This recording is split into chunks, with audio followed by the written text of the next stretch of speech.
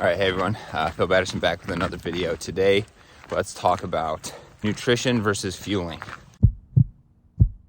I'm on my long run again, and I just started actually, but I'm already thinking about this sort of stuff.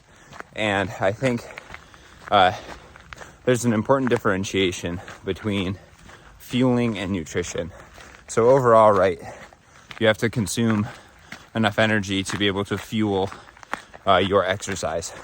I think where nutrition comes in is nutrition is kind of like the overarching what you're eating on a daily basis in order to keep your body recovered, making sure you're hitting macronutrient targets like proteins, carbohydrates, and fats.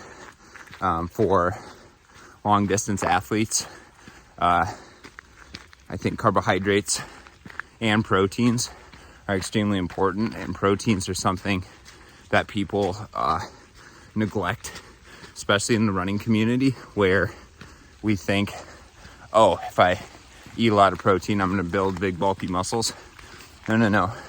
Protein is the building block of those muscles, and those muscles are what are working to carry you all the way up the mountain, or all the way up here, or all the way through your marathon.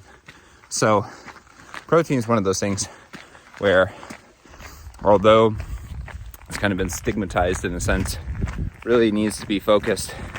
And I don't remember exactly off the top of my head like what the like target should actually be for protein, but I remember it being, for most circles, 1 pound or 1 gram of protein per pound of body weight is generally a good target. And if you actually measure that, it's actually kind of hard to actually get to that amount of protein.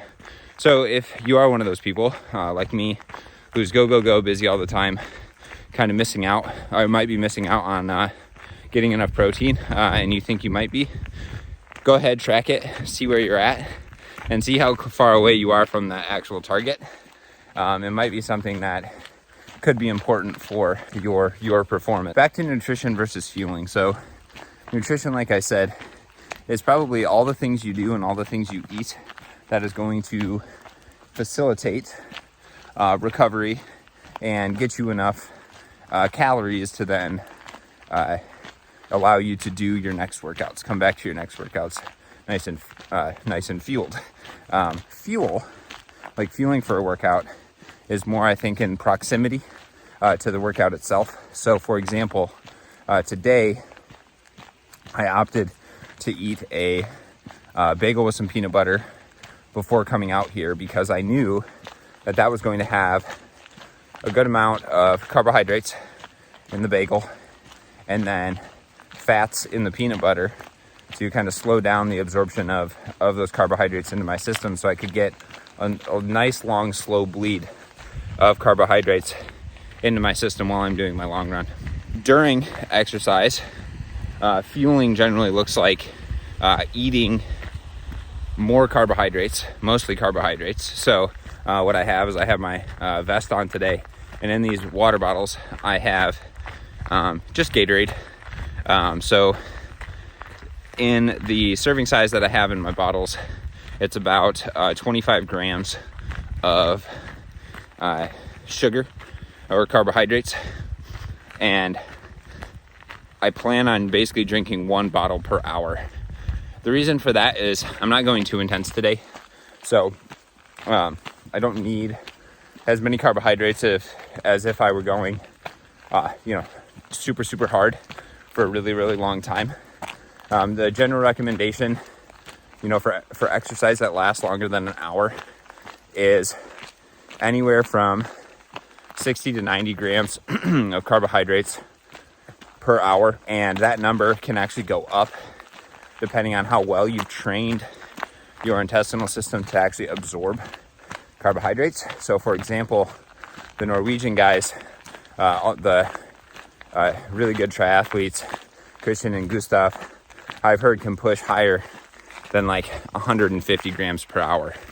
And that's absolutely incredible, first off. But if you're able to actually intake that much carbohydrate, that means that you can fuel high intensity exercise for that much longer. And when you ingest more carbohydrates, you actually, there's been studies that have shown less muscular damage actually occurs when those carbohydrates are intaken at a very high level, so like 120 grams or higher. I'm not telling you to go out and practice that right away. That's why I'm starting with 30 grams per hour, because if I try to do 150 like today, my stomach, I'd probably get stomach cramps like immediately. I have really bad issues with bloating and other potential gastrointestinal issues, which is never fun on a long workout.